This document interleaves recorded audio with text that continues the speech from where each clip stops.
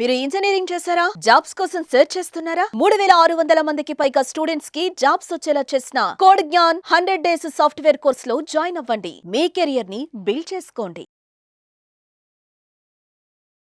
నమస్తే, welcome to Suman tea. ప్రస్తుతం మనతో పాటు ఉన్నారు ఫ్యామిలీ కౌన్సిలర్ రజనీ రమ గారు. మేడంతో మాట్లాడదాం. నమస్తే మ్యామ్. నమస్తే నవీన. మ్యామ్, ఇప్పుడు లేడీస్కి 50 ఇయర్స్ పైబడిన తర్వాత అంటే రొమాన్స్ మీద వాళ్ళకి ఇంట్రెస్ట్ తగ్గడం వల్లే మొగుళ్ళు వేరే వాళ్ళని చూడడానికి ఇంట్రెస్ట్ చూపిస్తున్నారు అనేది ఒక కారణంగా కనిపిస్తుంది. అంటే ఎందుకు హస్బెండ్స్ అసలు వేరే వాళ్ళ వైపు మరలుతున్నారు అంటే ఇదొక ప్రధాన కారణం అంటున్నారు. ఇంకా చాలానే ఉండొచ్చు. అంటే ఇది ఒక మెయిన్ రీజన్ అంటే ఏం చెప్తారు మీరు? అట్లా లేకపోయినా వెళ్తున్నారుగా, అట్లా లేకపోయినా వెళ్తున్నారు, వెళ్ళని వాళ్ళు ఉన్నారు. మరి మీరు చెప్పారు 50 క్రాస్ అయిన లేడీస్ కూడా వేరే విధంగా వెళ్తున్నారుగా. ఏది కూడా స్పెసిఫిక్గా ఇదే అని ఏం చెప్పడానికి ఏం లేదు. ఎవరి అవకాశాన్ని బట్టి, ఎవరి అవసరాన్ని బట్టి, ఎవరి ప్రాబ్లంని బట్టి వాళ్ళు జంపు, అంటే వాళ్ళకి కావాల్సిన విషయం వైపు. అయితే మీరు అడిగారు కదా ఈ క్వశ్చను. వీళ్ళు ఎక్కువ ఎలా ఉంటారంటే కొంచెం హెల్త్ ఇష్యూస్ ఉన్న వాళ్ళల్లో కానీ, ఎక్కువ పూజలని అదని ఇదని తిరిగే వాళ్ళల్లో కానీ ఇంట్రెస్ట్లు తక్కువ ఉంటాయి. ఇప్పుడు 50 ఇయర్స్కే అన్నీ తగ్గిపోవాలి, ఆగిపోవాలి అనేది ఎక్కడా లేదు. అది వాళ్ళ బాడీ కండిషన్ని బట్టి, హార్మోనల్ అక్కడ వాళ్ళ బ్యాలెన్స్ని బట్టి ఉంటుంది.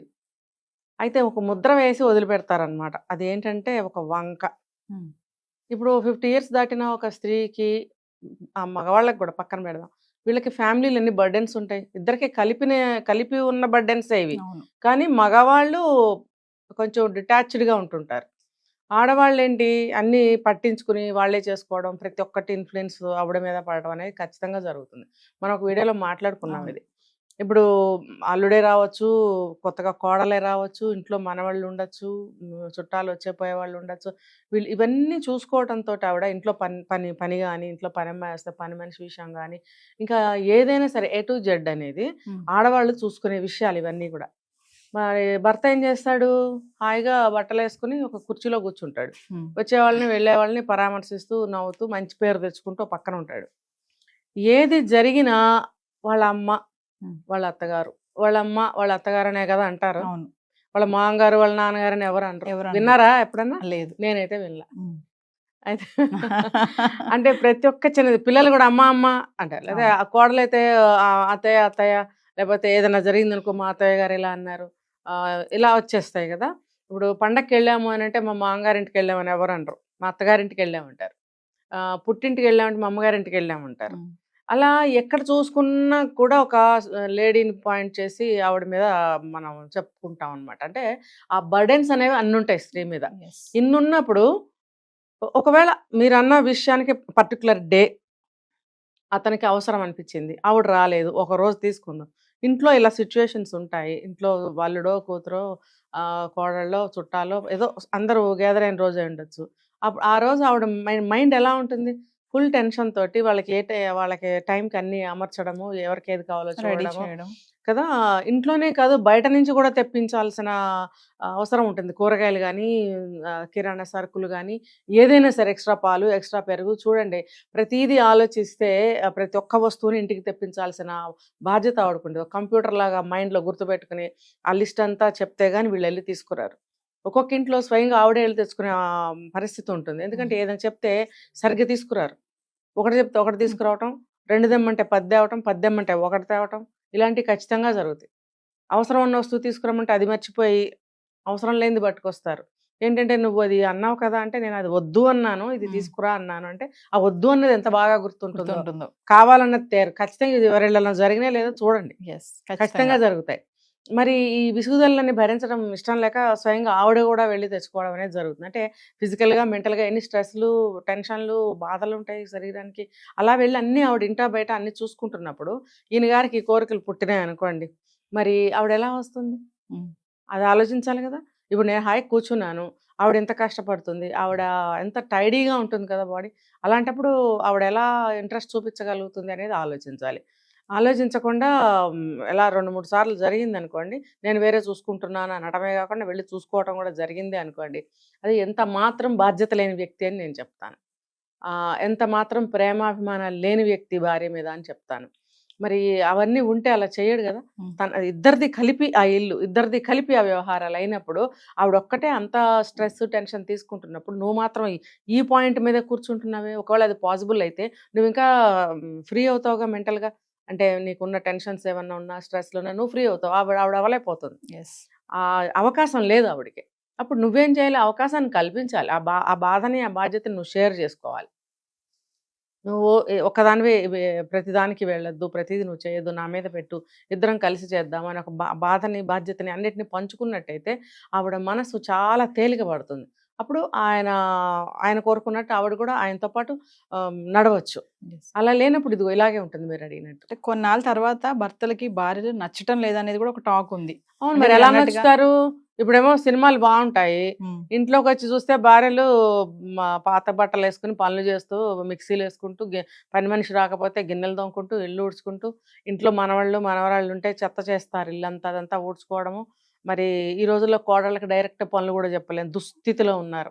మరి ఆ కోడలకి పని చెప్పలేక, 4 రోజుల కోసం వచ్చిన కూతురికి పని చెప్పలేక ఆవిడే పని చేసుకుంటుంటే నువ్వు మాత్రం లుంగి కట్టుకుని అక్కడ కూర్చుంటావే. బాధ ఎవరికే ఉంది ఎక్కువ? నువ్వు ఎందుకు వెళ్ళిపోవాలి? ఇదంతా కళ్ళతో చూడట్లేదా నువ్వు? చూస్తున్నప్పుడు ఆ బాధని, అంటే నిన్ను చీపురు పట్టుకుని ఊడమని నేను చెప్పట్లా, నువ్వు ఆ కోరికను వ్యక్తం చేయకుండా నువ్వు రా అని ప్రెషర్ పెట్టకుండా ఉంటే ఆవిడకి అదే 10,000. ఆవిడ ఆ పని భారం తగ్గిన తర్వాత నువ్వు రిలాక్సేషన్గా 4 మాటలు మాట్లాడి కాసేపు కూర్చోవా అని నువ్వు అనగలిగితే, అంటావా ఎప్పుడన్నా? అనవు. పిల్లలతో ఎప్పుడు చూసినా పిల్లలతో ఏమంటారు, ఒక వర్డ్ అంటారు, ఈదుతూ ఉంటుంది, ఎప్పుడు చూసినా జిడ్డు మొహం వేసుకుని. అంటే నీకు అన్ని బాధ్యతలు అంతమంది మెంబర్స్ ఇంట్లో ఉన్నప్పుడు జిడ్డు మొహం వేసుకుని ఉండకుండా ఎలా తయారవుతారు? నువ్వేమో టీవీలు చూడటమో సినిమాలు చూడటమో లేకపోతే కావాల్సింది చూసుకుంటుంటావు నువ్వు. అవి చూసి రాజును చూసిన కళ్ళతో మొగుడిని చూస్తే మొట్టాలనిపిస్తుందంట. అలా నువ్వు అవన్నీ చూస్తే భార్య నీకు అలా కనిపిస్తుంది. గడిచిన జీవితం అంతా కూడా ఆవిడ ఎలా గడిపింది, ఎన్ని పని పాటలతోటి ఇంకా అలసిపోతుంది ఇంకా కూడా ఇప్పుడు కూడా. అలాంటప్పుడు నీ బాధ్యత ఏంటి, నీ రోల్ ఏంటి, అది మర్చిపోయి నువ్వు ఇది ఎలా అంటావు? ఇది నీకు అది ఒకవేళ పాసిబుల్ చేసుకోవాలనుకుంటే ఆవిడని సరిగ్గా నీ మార్గంలోకి తెచ్చుకో, ప్రేమించు, ఆవిడకి సేద తీర్చు, ఒక ప్రైవసీ కల్పించు. చూడండి, ముందుగానే వెళ్ళి హాయిగా నిద్రపోతారు వాళ్ళు. వీళ్ళు ఏ పనిలో చూసుకుని అర్ధరాత్రి 11-12 గంటలకి చేసుకొని కదా, ఆ టైంకి 12 గంటలకో 11 గంటలకో వస్తారనుకోండి, వాడికి అతనికి ఒక నిద్ర అయిపోతుంది. నిద్ర అయిపోయినప్పుడు ఏమనిపిస్తుంది, ఇప్పుడు వచ్చింది కదా, ఇప్పుడు ఈ పని మొదలు పెడదాం అనుకుంటారు, సహజంగా అనుకుంటారు. కానీ ఈవిడ కండిషన్ ఏంటి, టైర్డ్ అయిపోయి అప్పటికి పొద్దున్న నుంచి కళ్ళు మూసుకుపోతూ ఉంటాయి. ఇంకా ఎప్పుడు పడదామా, ఇంకా పడటమే మంచం మీద, ఇంకా నిద్రలోకి వెళ్ళిపోతారు. వాళ్ళ మనసు శరీరం ఏ కండిషన్లో ఉంటుందనే ఆలోచన భర్త నా మనిషి అనే ఆలోచనతో ఆలోచించినట్టయితే ఇలా వేరే వాళ్ళతో వెళ్ళిపోదాము లేకపోతే భార్యతో దెబ్బలాడదామని అనుకోడు. ఎప్పుడు వీలవుతుందా అది వీలు చేసుకుందాము అని ఆలోచించాలి. అంటే మేడం, వివాహ సమయంలో చేసినటువంటి ఏవైతే ప్రమాణాలు ఉంటాయో వాటికి కట్టుబడే ఉండాలి అంటారు. కట్టుబడకపోతే ఇలాంటివన్నీ వస్తాయి కదా సమస్యలు కదా మరి. అంటే మీరు అన్నట్టుగా ఉదయం నుంచి అన్ని పనులు చేసుకుంటూ అంత అలసిపోయి ఉంటే వీళ్ళకి ఆ టైంకి ఆ పని చేయకపోతే ఇంకా వీళ్ళు వేరే మార్గం చూసుకోవడం అనేది ఎంతవరకు కరెక్ట్ అనేది మన పాయింట్. అవును, ఎక్కడా కూడా ఆ మంత్రాలు అసలు పెళ్లి పీటల మీద ఆ మంత్రాలే వినపడవు అసలు వాళ్ళకి. ఆ మంత్రాలు ఒకవేళ వినపడినా వాడి అర్థాలే తెలియవు. ఇప్పుడు ఈ రోజుల్లో ఎక్కడన్నా కొంతమంది అబ్బాయిలు అడిగి తెలుసుకుంటున్నారు ఆ మంత్రాలని, కానీ తర్వాత వాళ్ళు కూడా పాటించట్లేదు. ఎందుకంటే ఈ పురోహితులు కూడా ఇంకా అనవసరం అని చెప్పి ఏదో ఫ్లోలో చదివేసుకుని వెళ్ళిపోతున్నారు. తొందరగా చేసేయాలి అనిపించేవారు ఇదివరకు, అను అని చెప్పి ధర్మేచ ధర్మేచ అర్ధేచ అర్ధేచ అని అనిపించేవారు. ఇప్పుడు అనిపించడం కాదు, వాళ్ళకి వినిపించడం కూడా వినిపించినంత ఫ్లోలో వెళ్ళిపోతున్నారు. నేను చూస్తున్నాను, రేపు కూడా ఒక పెళ్ళి ఉంది, అక్కడ అబ్జర్వ్ చేస్తాను. ఓకే, కాబట్టి అసలు ఆ మంత్రాలు అనేవి ఉంటాయని, వాటికి అర్థాలు ఇలా ఉంటాయని, వాటిని ఇలా ఫాలో అవ్వాలనే విషయం కూడా ఎవరికి చాలా మందికి తెలియదు. పూర్వీకులకు తెలిసేమో కానీ తెలుసు కాబట్టి కాస్త కోస్తా ఉన్నారు. ఇప్పుడు వాళ్ళకి అసలు ఎవరికి ఇప్పుడేంటి కొంత కింద పాత అంటే ఈ జనరేషన్కి ముందు జనరేషన్ వాళ్ళు కూడా తెలియదనే చెప్పాలి. తెలిస్తే మరి నడివేసి వచ్చినా కూడా 60-70 ఏళ్ళు వచ్చినా కూడా గొడవలు ఎందుకు అవుతున్నాయి? తెలియక జరుగుతున్నాయి. తెలుసుకుని కూడా ఇవన్నీ ట్రాష్ అంటారు. అప్పుడు అనుభవించాలి. Thank you.